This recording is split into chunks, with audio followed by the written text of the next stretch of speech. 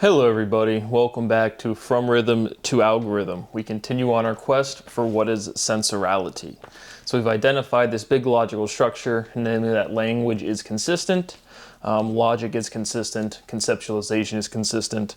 When I say blanket, you have the same imagery that I do. When I say drum, like a drum you beat, you have the same imagery. Right? We've shown rhythm is this fundamental physical principle, which should be overwhelmingly obvious considering if you turn on any sports show or sports match, you're either going to say rhythm in about 5 seconds. You have a heart rhythm, you have a heartbeat.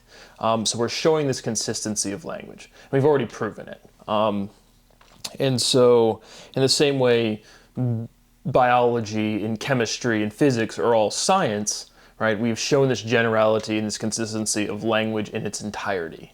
And so we're exploring language, showing different identities, relationships, properties, and trying to find this stabilizing theorem for what is sensorality. What is sensorality conceptually? Why do you censor things? You have sensation. Clearly sensation for a sentient being is different than a rock or a tree even. And so we have these different differences in language, and we're building out our proof to show how this connection how sensorality is naturally defined. So we're effectively looking for a natural definition of a word. In the same way, if you ask any linguist what is fluency, they're not going to give you a consistent answer. But fluency is influential. You can see fluent is literally spelled out in the word influential. So I don't pick what words mean, you don't pick what words mean, they have natural definitions. We're trying to connect sensorality to its natural definition out in the wild. So our big overarching theorem, or logic that we're iterating, in addition to from rhythm to algorithm, right? We keep saying words have meaning. Right? What is meaning? Right? A mean is an average. And so if I say blanket and you take 100 people, that imagery, frankly, it's consistent with everybody. But most people are going to know exactly what you mean if you say blanket. Meaning the people that don't know what you mean are not going to be English speakers. But meaning has value. So what is value? Demeaning is valueless. Oblivion is clueless. Words are valuable, right? There's some inherent meaning. When I say something, words have meaning. There's a value to it. It can instruct you to do something, go to work, go to sleep, build a treehouse, build a snowman, and my favorite, do a backflip. But they have value. Sensorality is salvageable. To salvage is to save. Sensorality is valuable. Sensoralities are emergencies, right? If you hear the word somebody say emergent or emergency, right, you're going to say it's something that's urgent, something that needs to be done immediately. But then if you just take a step back and think about the word, if something emerges from something else, you have a base, a molecule, it vibrates, temperature emerges from vibration. And so sensoralities, life, personalities, individuals emerge from mass that does not have sentience. Sensorality is agency. Sensorality is sensatorality. And all of those ones, again, these are all natural definitions, but they're not the stabilizing, reduced form that gives us our complete operative word for our next axiom. Sensorality is satorality. Sensorality is sensitality. And I had that one on the last episode as well.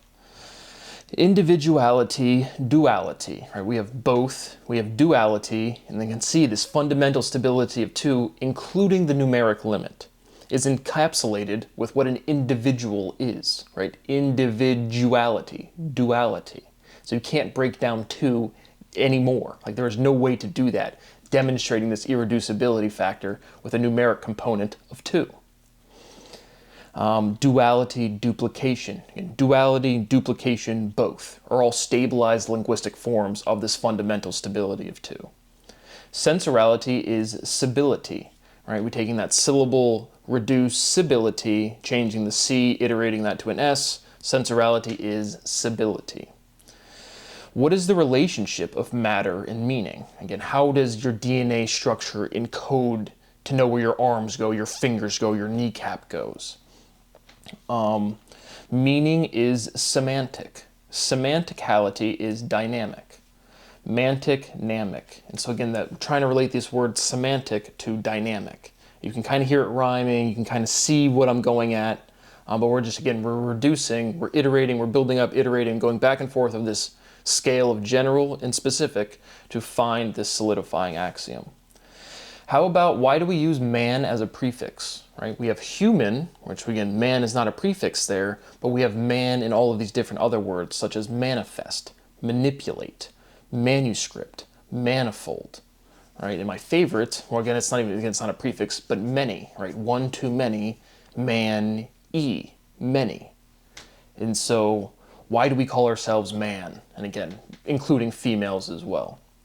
But why is the human species human? Like, why is man our, an irreducible identification of an individual? Because, from the sound, hue, color, right? Hue is color. So human, color man, colored man. Wait a second. Whoa. This is not the 1960s. Calm down, Johnny. Logisticality is logicality. Another one of those words where clearly linguistically it looks like logic, but it's logistics. And then logistics, you typically talk about that in a context of business, or supply chain is logistics. But sensorality is logistical. Sensorality is emergentality, right? We went from emergency to emergent to emergentality. And again, this T clearly functions as like a separating thing, when akin with this intuition of this integrated words versus amalgamated words right in my intuition when I say this stuff. Man, gentleman, right? If you want to be a gentleman, kind is gentle. What is the value of being gentle, of being kind? Is it more valuable than being forceful, being aggressive? Demonstrably, yes. Are syllables parallel? And I just have, clear logical statement. And you can see this if you look at letters on your screen more so than handwriting as well, but it's formalized with a font. You can see like parallel lines, like, in these different letters, like the letter L, obviously, it's like parallel. Again, the onomatopoeia is the base of logic. And so when we're getting back to these foundational, when we're rooting, finding a logical root of a word, the two logical roots of a word, you get to a point where you have to use words to describe it, but then you can't break down the words anymore. And so parallel, demonstrates this parallelness of the letters L. You can't break it down anymore.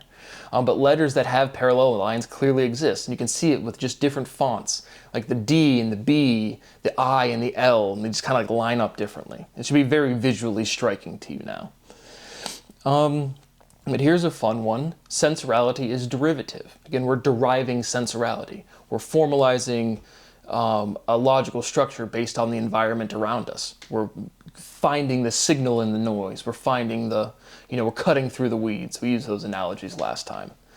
But we're big old world out there. We're synthesizing information. We're saying, here's a fact, here's a fact, here's a fact, here's a fact. And now we're going to generalize it up. Our solution in its entirety, all it could ever be, is it is what it is. 5 syllables, general form. It is the base. I is the base of it. All language is articulated from sentient beings. And so sensorality is derivative. Sensorality is derivality, right? Now look at that word again. It's another one of these words like speciality. Oh, it's special with an ITY. Derivality, rivality, rival. Sensorality, rivals. Rival is opposition. Sensorality is rivality. So I bet you didn't know derivation and rivalry are the same word family. And so that's what we're showing you with sensorality, is we have this linguistical element. Clearly people say censorship. This proof will demonstrate why you're spelling those words wrong. But again, the diction is already emergent in ontology of human beings, of this species. And so, derive and rivalry are the same, it's the same word family, directly. Sensorality centinates. Calibration normalizes. Normality is standard. Sensorality standardizes. No one thinks they are dumb fucks. That's our final derivation point of today. Again, obviously there's logic to that statement, but again, deriving the words. There are no really bad words. There's just, that person's inefficient. How inefficient are they? They're stupid, they're dumb, they're an idiot, they're retarded, they're a dumb fuck. And so a dumb fuck is a retard. Probably one of my favorite theorems I've ever derived. Retardation is tardy. Now again, getting to the more sciencey part of it is, tardy is late. Retardation is not punctual. If you're late, you're not on time. That's the logic to it. So thank you for watching. We continue on. My rights are violated. It continues to create profound stress. For real, legitimate. All I need is just basic financial stability. I would like a place of my own. But even that doesn't really bother me. The only thing that bothers me is not having basic financial stability to have access to healthcare and to do my research and to live my life to the most basic level that exists. So I continue to beg for that. No shame in, again, being a scapegoat. I can't control other people's behavior, and they decided to ruin my life. So here's some more free stuff. Hope you learned something or not. Don't really care. Pay me my money, and I will see you on the next one.